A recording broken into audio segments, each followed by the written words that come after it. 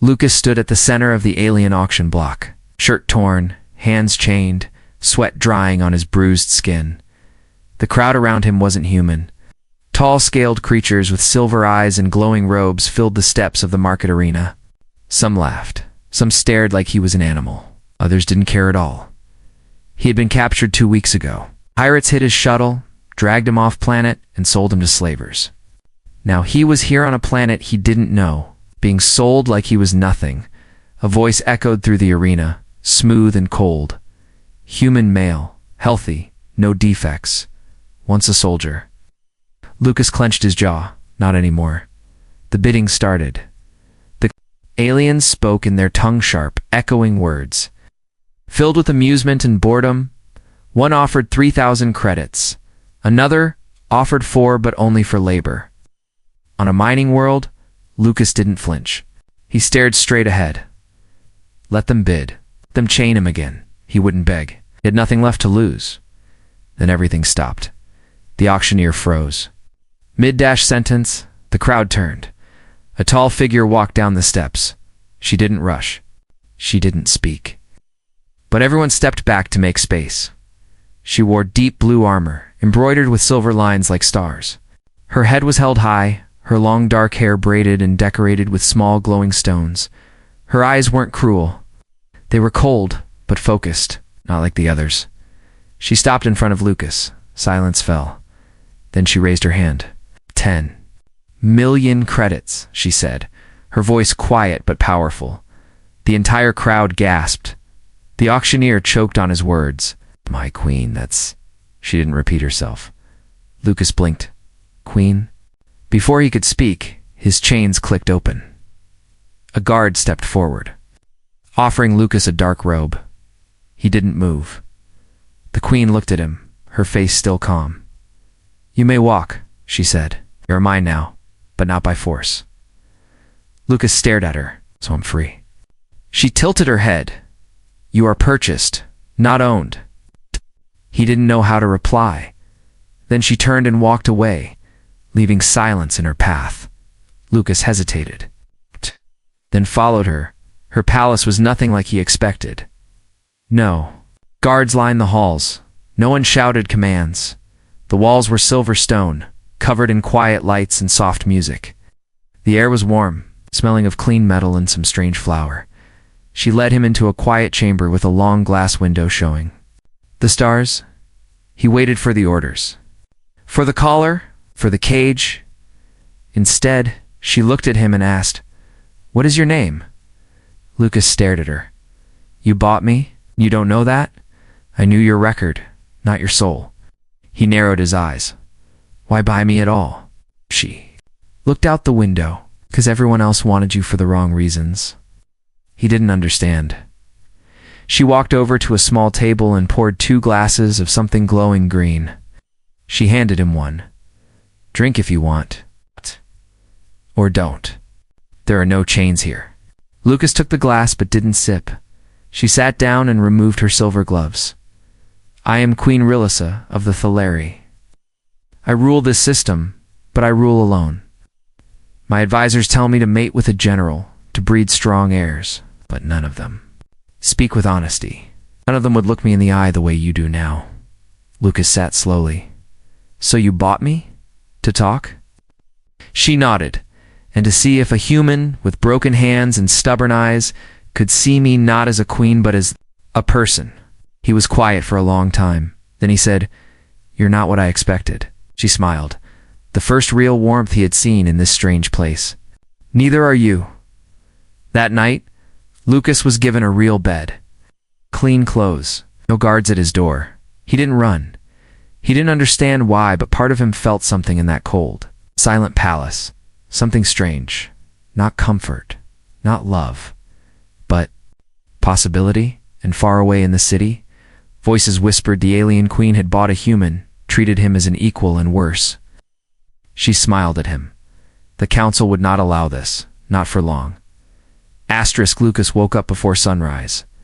He sat on the edge of the wide, soft bed and looked around the room again to all crystal windows, golden beams holding up the ceiling, and not a single lock in sight.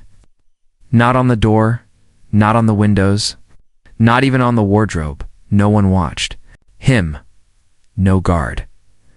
No camera he could find. It felt strange.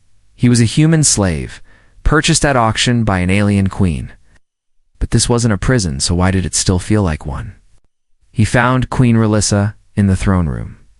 She sat on a high black seat shaped like a winged creature, her face lit by beams of soft red light that poured through the domed ceiling. She wore a long cloak now, one side draped off her shoulder. Her silver crown rested beside her, not on her head. She wasn't speaking. Not to anyone, because no one else was there. Lucas paused at the edge of the room. She didn't move, didn't even look at him. But after a long silence, she said softly, "You walk like a soldier." Lucas frowned. "Shh. And you sit like you're already tired of being queen?" A small, dry smile crossed her lips. "You see too much." He stepped closer. He said, "Your people told you to marry a general. Why didn't you?" Her smile vanished. "Because they don't love me," she whispered. "They love what my name gives them. They kneel before the crown, not the woman under it." Lucas leaned on one of the marble pillars, arms crossed. "I'm guessing your people don't like seeing me here." "They're furious," she replied. "Then why keep me around?" She finally turned to face him, her eyes calm but sharp. "Because you're the only one who didn't kneel." Later that day, Lucas was shown around the palace by a silent female attendant with golden skin and no expression. He passed wide halls with art carved into the walls, images of battles, peace treaties, and royal weddings. Yet in every carving, one figure stood alone. The queen, always at the center, always surrounded, but never with anyone. In one quiet corner, Lucas found a private library. Books. Real ones. Paper pages, hand-bound. He opened one. The language was foreign, but the drawings inside told a story of a young girl trained to smile while she cried. Raised not by a mother, but by a council. The book's title was The Crown's Silence. Closed it, and suddenly understood that night Lucas walked past the throne room again. He didn't mean to stop, but something made him pause. She was there, alone. Again, her shoulders were slumped. Her crown sat on the floor, and for the first time, he saw her head buried in her hands. No guards, no advisors, just a woman who ruled a world, cried where no one could see her except him. He stepped forward quietly. She heard his boots wiped. Her face, and straightened up before looking over. "I didn't give you permission to be here," she said softly. Lucas shrugged. "You said I'm not a prisoner?" She tilted her head. "Yet you didn't run. I've seen cages," he said. "This palace is lonelier than any prison I've been in." She blinked. That hit her. He sat on the step beneath her. For a moment they didn't speak. Then she whispered, "Do you know what they say about me outside these walls?" "You're cold," Lucas replied. "Distant, dangerous. And inside the walls, you're alone." Her voice broke. "Always." Outside the palace, a shadow moved through the upper council chambers. One of the queen's advisors, Lord Cryan, watched her on a small viewing crystal. He scowled. She lowers herself. "For a human," he said through gritted teeth, an aide beside him asked, "Should we act now?" Cryan nodded. "If she marries a human, the bloodline breaks. The council will fall. Cannot allow this." Closeness. Back in the throne room, Relissa turned to Lucas. "My ancestors ruled by fire, by power, never by choice." Lucas asked quietly, "What do you want?" She looked away, then back at him. "I want one person to choose me. Not the throne, not the crown. Me." Lucas looked at her long and hard, and for the first time, he saw past the queen, past the armor. He saw the woman. He stood. "I'm not here to fall in love. I don't even know what I'm still doing here." Her eyes darkened, but she nodded. Then, "Stay long enough to find out." That night, while Lucas slept, a small metal drone crept under his door. It scanned his body silently and sent a signal back to the upper tower. A message appeared. Phase 1 complete. Eliminate the human. In blame. The queen. Crown will fall. Queen Queen Relissa walked through the garden before dawn. The sky above her city was still purple and quiet. Lights from flying ships blinked in the distance, and soft wind moved through the silver-leafed trees planted long ago by her ancestors. She wasn't wearing her crown. She wasn't even wearing royal robes, just a plain gray cloak, canned a mask of calm. But inside, she felt fire. Lucas sat on a bench nearby. He had woken early again. Couldn't sleep much in a palace that didn't feel real. He watched her walk slowly under the trees. No guards, no servants. Trouble sleeping? He asked. Relissa looked over at him. I sleep too much. That's the only time they leave me alone. Lucas nodded. So why come here? To breathe, she replied. Here I can pretend I'm someone else. Just a woman, not a queen. The keys? Didn't smile. He didn't tease her. He only said one thing. Pretending never lasts long. Later that morning, Relissa returned to the throne room. Now she wore the crown again. Now she sat with a straight back. Her hands still, her voice clear. The mask was on. Lucas stood at the edge of the room beside a pillar, watching two council members arrived.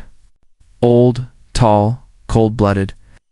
They bowed to her, but not with respect. It was tradition, not loyalty. One of them, Lord Cryan, spoke carefully. Your Majesty, we've received reports that the human is now walking freely in royal spaces. Some are uneasy. Relissa's face stayed calm. He is under my protection. Another member added, protection or affection?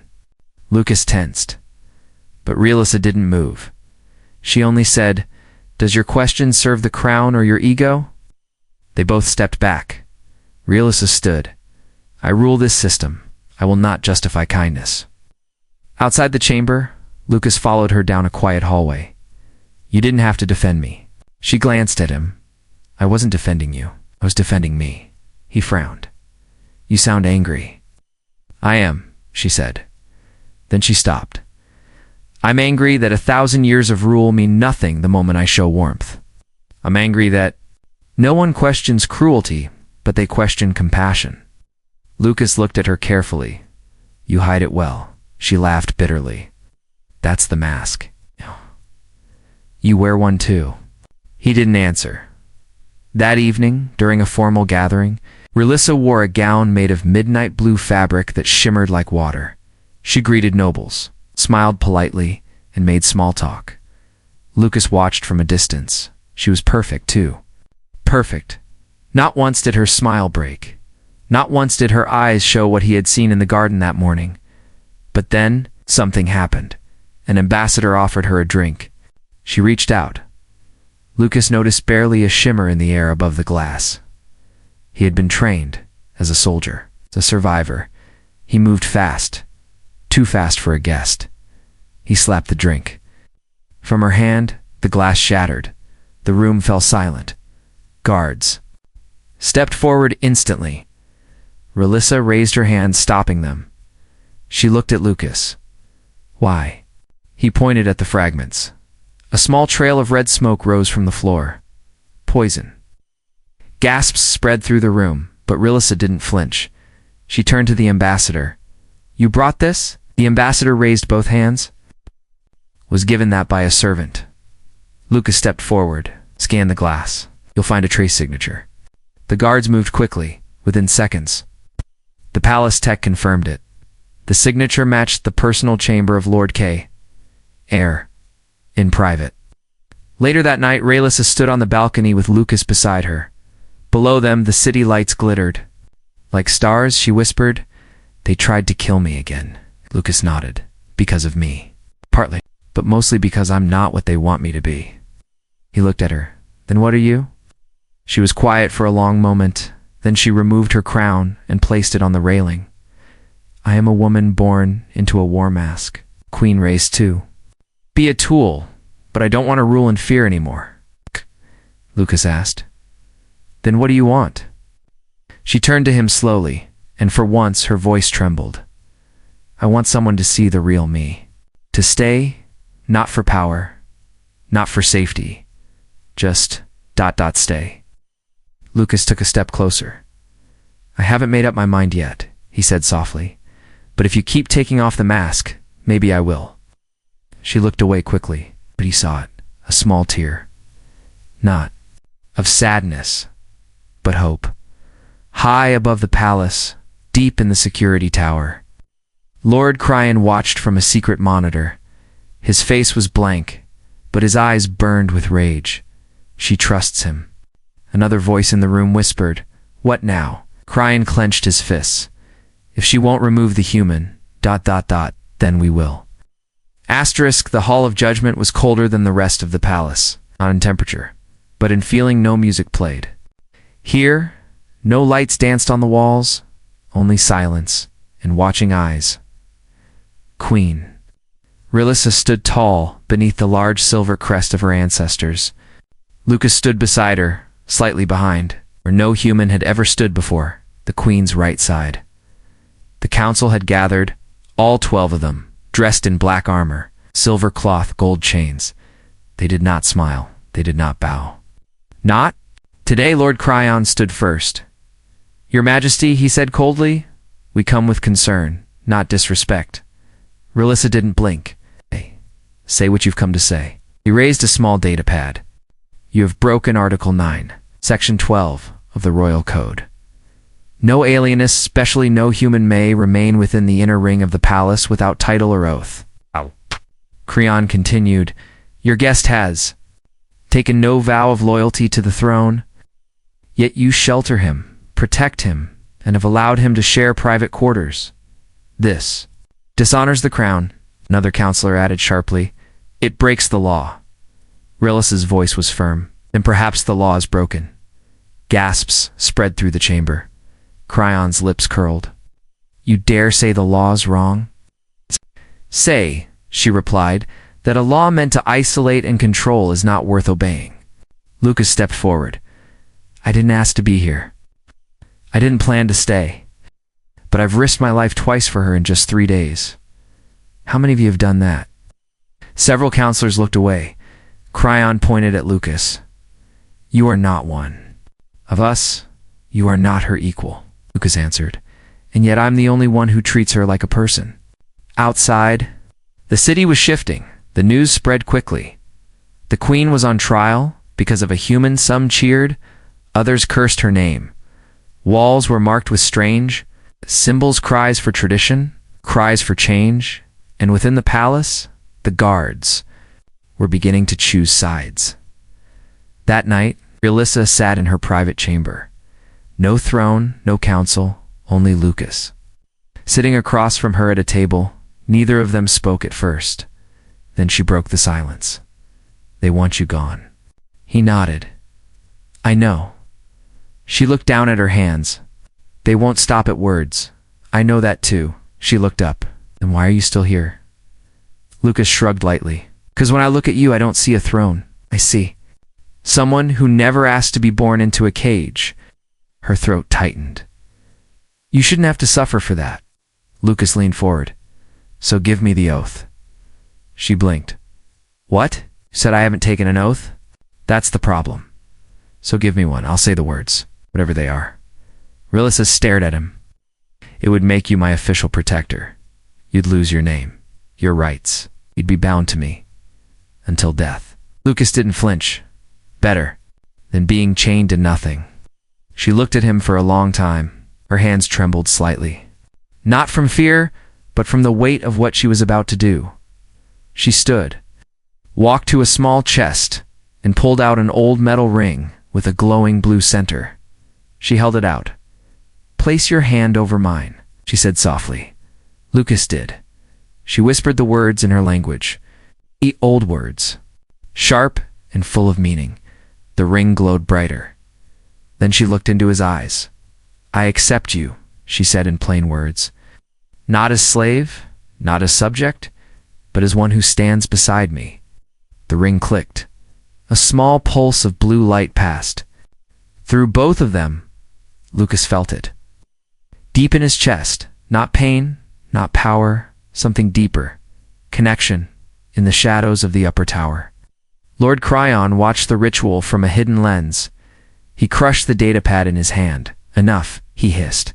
She's gone too far, his aide asked. Should we strike now? Creon nodded slowly. Tomorrow, we give the people a show. The queen has betrayed the blood, and the traitor human will burn first. That night, Lucas couldn't sleep. Something felt off. He stood at the balcony, watching the stars, thinking about everything that had led him here. From a cage and an auction to this, he didn't love her. Not yet. But something was pulling him toward her. Not just as queen, but as someone who had survived the impossible, like he had. He turned to go back inside and saw the glint of metal in the hallway. A knife, a shadow, moved. A figure rushed him. He dodged just in time, but the blade cut across his shoulder. He tackled the attacker, slamming him to the ground. Guards ran in. The assassin wore royal colors.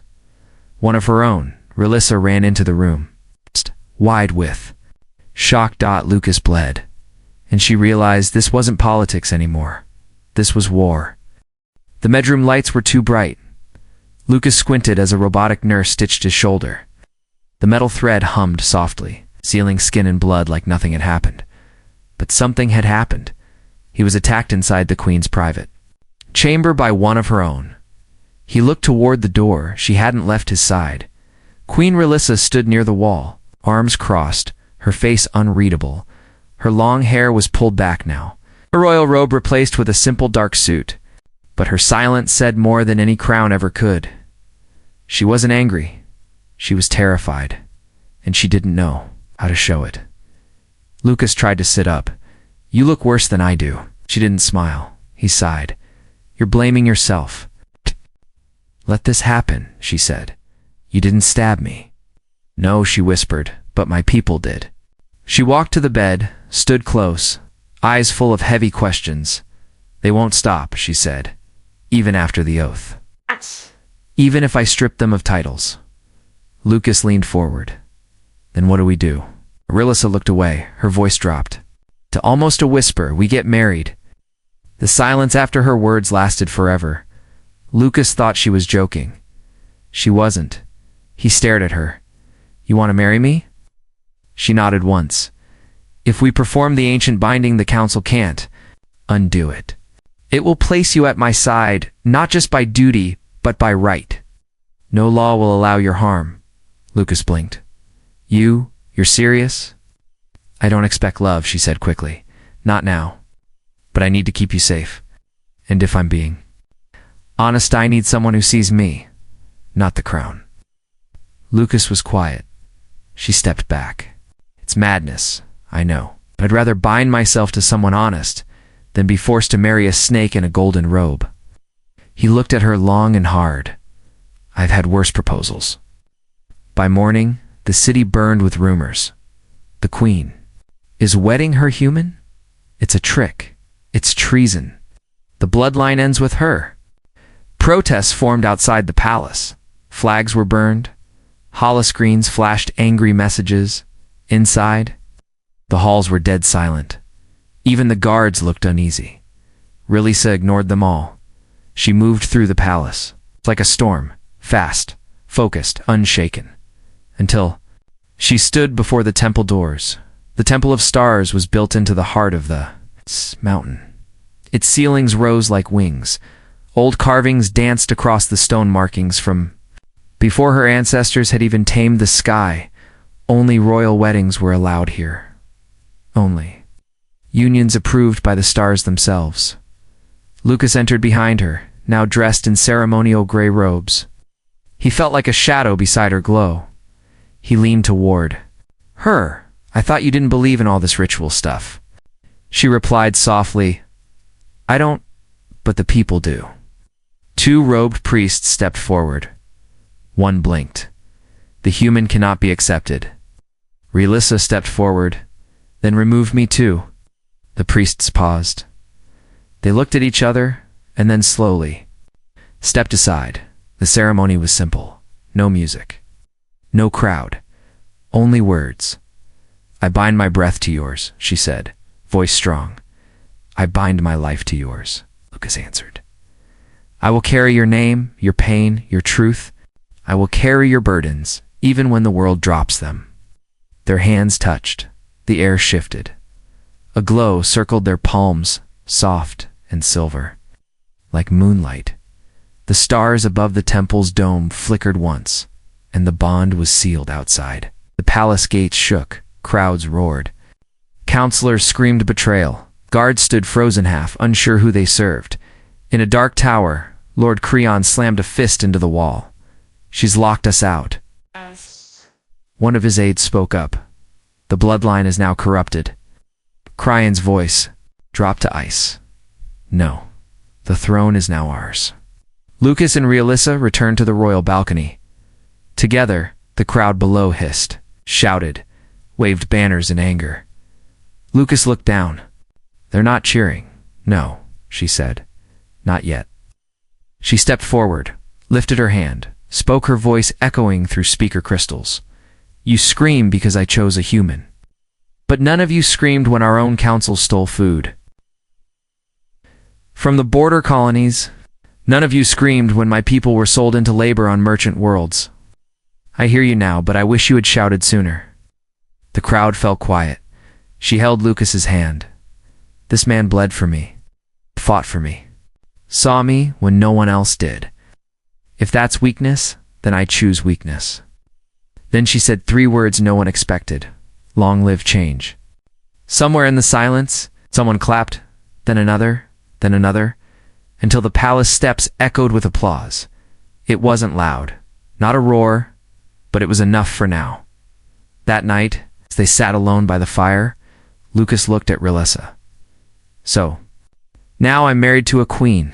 She smiled gently. "I'm bound to a man who still sleeps with one eye open." He smirked. "Well, I've learned from experience." She leaned back, the firelight warming her skin. "You're not what I expected, Lucas." He looked at her carefully. "Neither are you." But outside, in the deeper dark, a figure moved through the outer wall. A whisper followed him. "The blood may be bonded, but the blade is still sharp." Asterisk, the blade came from her past, but it wasn't meant for her hand. It was meant for her throat. The royal library was quiet at night. Too quiet, Lucas walked through the long glass hallways, searching for sleep in old pages. Since the wedding, his mind hadn't rested. Every sound felt sharp. Every silence felt like a warning. He picked up an old history tablet. Stories of past queens, past wars, old betrayals written in gold-etched alien script. That's when he heard the sound, soft, like silk brushing stone. He turned. No one. He kept walking, but slower now. Then he saw it. A reflection in the glass. A dark figure behind, shelf silent, still and armed. He ducked. A dagger hissed through the air, slicing a scroll. In half, Lucas rolled and grabbed a steel pole from a stand. Not a weapon, but it would do. The assassin moved like smoke. Fast, too fast. Lucas blocked one strike.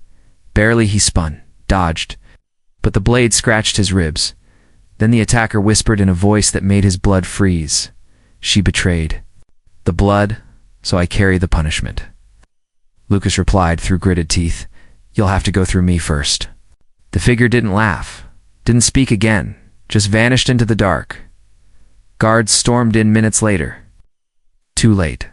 Lucas stood there, chest bleeding, panting. The dagger left behind had a silver crest etched on the hilt. Realissa recognized it. Instantly when she saw it, her hand trembled as she touched the symbol. "It's real," she whispered. "I thought it was only a story." Lucas stared at her. "Who sent him?" She closed her eyes. "The Oathless." Long ago, before Realissa was born, the royal family ruled through fear. The old queens kept secret assassins, called the Oathless, trained. From birth to kill without question, they were silent, loyal, and invisible. But one queen grew afraid of their power and ordered them. Destroyed, they vanished. But now one had returned. Lucas paced the room. How do we stop someone who doesn't exist? Realissa didn't answer right away. Then she looked at him, her voice low. We find the one who made the vow. The search began in secret. They left the palace and disguised Lucas in worn soldier clothes, Realissa in a merchant's cloak. Only one guard knew. No drones followed. They traveled through lower city tunnels to where broken tech and broken people were left behind. Lucas had never seen this part of the capital. Relissa had. Before she was queen. Before the crown? She had walked here as a child, when her mother wanted her to see what the Empire didn't show. They arrived at a ruined temple. Built into a crater wall, inside a fire burned, an old alien sat cross-legged before it. He didn't move when they entered, but he spoke without looking up. I told the council one day she'd seek me. Relissa stepped forward. You are the Blade Keeper? The man turned. His eyes were milky white. I was... until your grandmother had my brothers slaughtered. Lucas asked, You trained the Oathless? The old man nodded. I made the vows. I carved them into their skin. I told them they were not people but shadows. Relissa said firmly. One of them is killing for the council now. The man didn't react. Then he whispered, Only one. Vow ever survived the purge, the strongest, the first. Lucas stepped forward. Where is he? The old man looked up, and for the first time, emotion flickered in his broken eyes. He never stopped serving. Not the crown, not justice. Just... her. Relis's eyes widened. Me? No, the man said softly. Your mother. The assassin wasn't trying to kill you. He was trying to stop what happened to her. They returned to the palace at nightfall. The city outside boiled with tension. Protests, cheers, riots, all mixed into one loud storm. Inside the throne room, Relissa walked alone, until a whisper echoed behind her. You are not her. She turned. The assassin stood in the torchlight, face hidden, blade in hand. Lucas entered quietly behind him, unseen. Relissa spoke gently. You served my mother? I did, the assassin replied. She died of poison, Relissa said. The council blamed the kitchen girl. I knew it wasn't true, the assassin whispered. Then why follow their orders now? The figure paused. She gave me no order to kill her killer. She gave me one order only. Lucas now stood right behind the assassin, holding a weapon but not attacking. The assassin's voice shook. She said, If her daughter ever wore the crown with kindness, protect her. If not, tender. Silence. Then Relissa stepped forward and dropped her crown to the ground. It clanged against the stone. I don't rule with kindness, she said. I rule with grief, and I'm still learning what that means. The assassin lowered the blade finally, and for the first time he removed his mask, an old face scarred, haunted, but it's no longer an enemy. The palace was burning, not from fire, but from fear. The council had made their move, while Relissa met with the assassin. Lord Cryan gathered every loyalist and rogue unit he could buy. Soldiers in gold armor marched through the outer gates. Airships hovered above the royal dome. They weren't coming to talk. They were coming to end. Queen Anne to race her human. Lucas stood at the main hall's edge. Pull steady. He watched the throne room doors shut. From the other side, footsteps echoed, marching, dozens. The queen's personal guard stood beside him, but not many. 10, maybe 12. The rest had either fled or gone silent. Lucas looked at the man. Beside him, the assassin who once tried to kill him. Now, he stood in defense. Funny how war rewrites alliances. Relissa entered. Not in royal robes, but battle armor. From generations past, silver plates engraved with old bloodlines. She wasn't dressed to impress. She was dressed to survive. She walked up too. Lucas and looked him in the eyes. This is our last stand, she said quietly. Lucas shook his head. No, it's their last mistake. A boom hit the front gate. Cracked, another strike and it burst open. Smoke, noise, shouts. Lord Creon walked in with his soldiers behind him. His eyes locked on Relissa. You married a slave. You broke ancient law. You stained the bloodline. She stepped forward. I freed it. Creon raised a hand. Take them. The battle was chaos. Guards clashed with soldiers. Blades sparked. Shields. Cracked, Lucas fought hard, every movement instinct. Every breath a choice between death and life. He shielded Rilissa more than once, sometimes with armor. Once with his own body, she fought too. And she was no stranger to pain. A slash across her side slowed her, but didn't stop her. The assassin moved like wind, dropping attackers before they could shout. But even he bled from 2 wounds. Still they were outnumbered. Too many too fast. Lucas tackled Rilissa behind a broken column. "We need to fall back," he said, panting. "No," she replied, coughing. "If we run now, they win forever." He grabbed her hand. "We won't make it." Her voice broke. "Then at least we die free." He stared at her, eyes full of fire. Then he did something unexpected. He kissed her. Not because of the vow, not because of the crown, but because in this moment, this breath, she was his queen. In his equal, she kissed him back, and then they stood. The battle slowed. When something changed, a sound cut through the hall. Not metal, not war, but a hum. Old. Powerful. The assassin held something glowing, an ancient shard from the blade vault. A weapon so old, even Cryon paused. The assassin walked forward, limping. "You want the throne?" he said. Cryon glared. "It's mine by right." "No," the assassin said calmly. "It belongs to the one who bleeds for her people." He thrust the shard into the ground. A pulse shot outward, blue and gold, light filling the room. Some guards fell to their knees. Others dropped their weapons. Not dead, but awakened. The weapon didn't kill. It revealed loyalty, truth. Those who had hearts still. Cleansed stood frozen in shame. Those who didn't collapsed in pain. Cryon screamed. He pulled a hidden plasma blade and ran straight for Rilissa. Lucas moved fast, too fast, and took the blade deep in the chest. Silence.